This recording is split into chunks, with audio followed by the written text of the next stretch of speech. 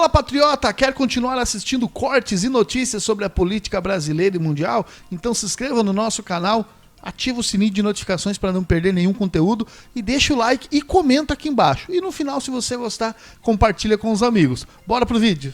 Olá, amigos! Então vamos para uma informação muito importante que mostra como realmente o sistema do judiciário brasileiro hoje está acabando com a liberdade.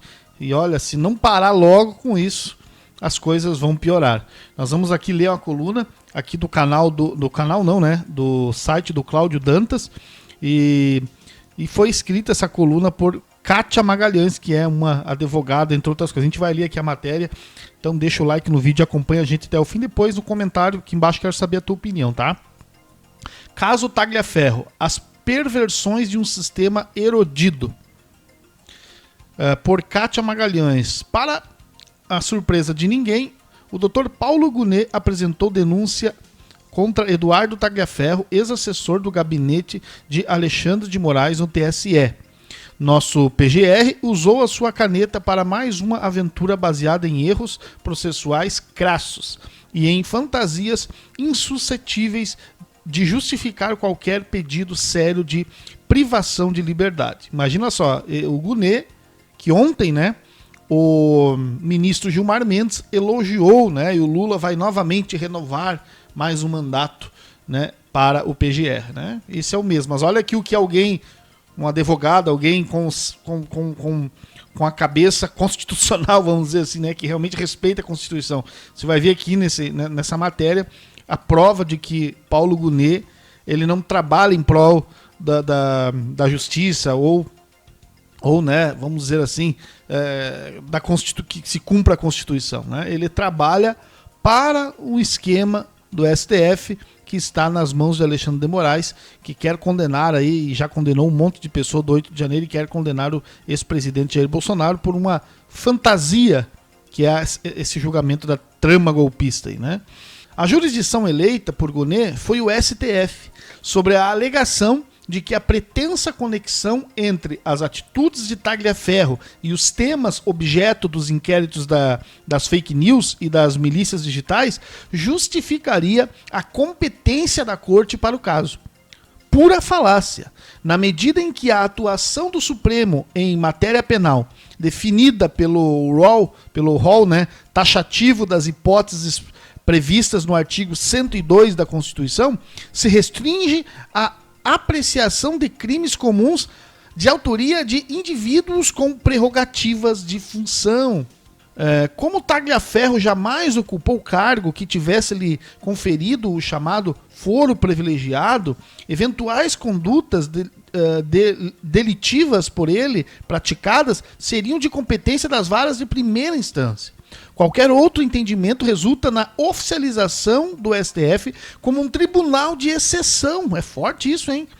Que, ferindo normas constitucionais e legais, amplia a própria competência, ou em outras palavras, o próprio poder, para ter nas mãos as rédeas da liberdade de todos nós, cidadãos comuns privados da nossa garantia ao juiz natural. Tagliaferro, assim como todas aquelas pessoas do 8 de janeiro, inclusive o presidente Bolsonaro, que não estava mais na posição de presidente, eles não têm competência do STF para serem julgados lá. Mas, como hoje em dia nós vivemos, sim, num tribunal de exceção, tudo pode. E aí você vê que quando o PGR, ele é como o cachorrinho pau-mandado do STF, e diria do Alexandre de Moraes, entrega ao Alexandre de Moraes, um pedido aí de um inquérito para que seja investigado o Tagliaferro, para que ele seja condenado por vazar informações que eram para ser sigilosas, não sei o quê. A gente vê que o sistema está todo preparado, as engrenagens estão todas funcionando, em prol do rompimento constitucional e da injustiça, que a gente está vendo nos últimos 6 anos aí, pelo menos, no Brasil. E a advogada continua aqui na sua matéria. Prosseguindo nos assínteses à ordem jurídica, Gonet encaminhou a sua petição à relatoria de Alexandre de Moraes, embora o togado se achasse mais que impedido de examinar a licitude de falas de seu ex-assessor sobre fatos pretensamente ocorridos em seu gabinete. Ora, se ele é a vítima de informações vazadas, ele não pode ser o cara que vai julgar esse suposto aí, inquérito.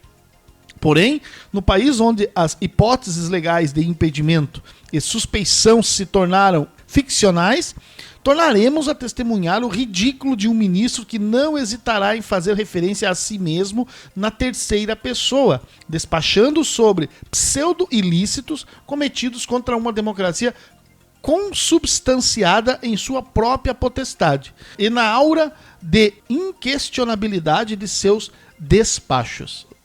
Ou seja, atribuindo a si mesmo poderes que pela Constituição não poderiam ser atribuídos, né? No mérito, a denúncia da PGR, de tão inconsistente, poderia ser facilmente contestada por qualquer estudante de direito. Ao atribuir a Tagliaferro as práticas de violação de sigilo funcional, coação no curso do processo, obstrução de investigações e tentativa de abolição violenta ao Estado, botou o cara como golpista também. Gunê atestou um desconhecimento técnico incompatível com o saber jurídico exigido para o cargo. Detonou aqui o Gunê, né? Ou uma reputação questionável de um profissional disposto a comprometer a sua biografia em nome de interesses nada republicanos, né? Acho que é Kátia aqui, né? Tá dando... Kátia Magalhães, né? Tá dando um laço aqui no Gunê, né? E é verdade, é um absurdo, né? Um absurdo, né? Quanto ao crime de violação de sigilo, o procurador deveria saber que o artigo 325 do Código Penal só pune a conduta do funcionário fofoqueiro se o mesmo fato não configurar crime mais grave. Como, segundo o próprio Gunê, a quebra de sigilo também teria se destinado ao embaraço de investigações e ao golpismo. E como a legislação prevê penas muito maiores para os demais crimes imputados a Tagliaferro, o PGR não pode pretender punir o ex-assessor por delitos violentos e ainda por violação de sigilo. A natureza subsidiária desse delito explicita no texto do Código Penal. Elimina qualquer perspectiva de êxito da pretensão punitiva de Gunê. Aliás, ainda no tocante a esse mesmo tipo penal, o PGR fingiu esquecer que, para a caracterização da violação de sigilo, teria sido imperioso provar a existência do dever de sigilo por parte de Tagliaferro.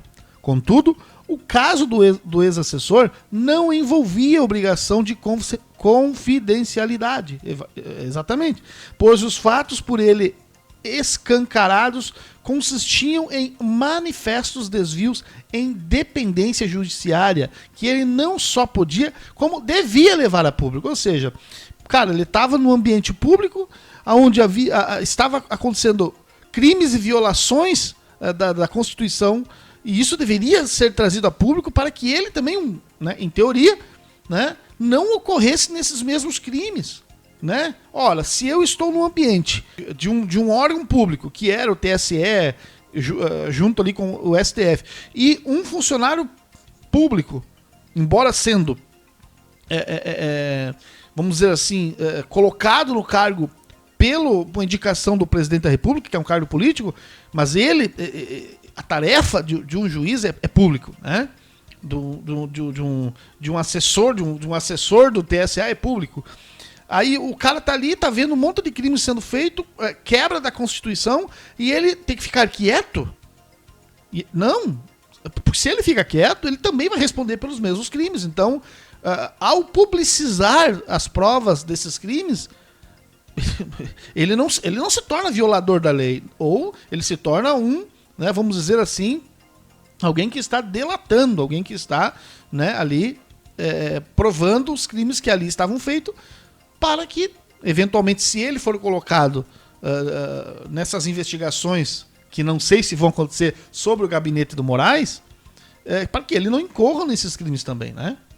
Eu não sou profissional, eu estou aqui com as minhas palavras, tentando explicar um pouquinho, porque é bem difícil entender, é só alguém entendido para entender o que ela está falando aqui, mas é mais ou menos isso, né? No linguajar simples nosso aqui é mais ou menos isso. né? Estão tentando imputar ao Tagliaferro crimes que ele não cometeu, né? Porque ele está ali denunciando crimes que estavam acontecendo dentro de órgãos públicos.